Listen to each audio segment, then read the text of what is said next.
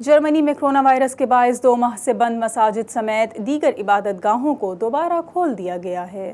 Corona virus کے باعث 2 ماہ سے بند مساجد سمیت دیگر عبادت گاہوں کو رمضان المبارک کے برکات کو سمیٹنے کے لیے دوبارہ کھول دیا گیا ہے۔ مساجد میں عبادات کے لیے 50 افراد نمازیں ادا کر سکتے ہیں، اس سے زیادہ کی اجازت نہیں، اور ہر نمازی اپنے مکمل کوائف کا اندراج کرانے کے بعد مسجد میں داخل ہو سکے گا۔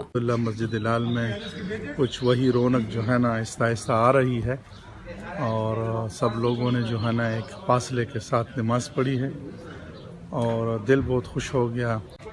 آج ماشاءاللہ جمعہ جو ہے وہ نقدم فوج شفٹ ہم نے جمعہ کیا اور ایک بڑی عجیب قسم کی سچویشن ہے، لیکن اس سچویشن کے ساتھ ہمیں زندہ رہنا ہے۔ آج فوج شفٹ کے ساتھ ہم دوسرا جمعہ ادا کر رہے ہیں، تو الحمدللہ بہت زیادہ خوشی ہو رہی ہے کہ رمضان کے اندر ہم مساجد کھولنے کے بعد پاکستانی کمیونٹی میں خوشی کی لہر دوڑ گئی، تاہم مساجد میں مخصوص تعداد میں لوگوں کو جمع ہونے کی ہدایت کے باعث جمعے کو 2 جماعتیں ادا کی گئیں تاکہ زیادہ افراد جمعہ نماز ادا کر سکیں۔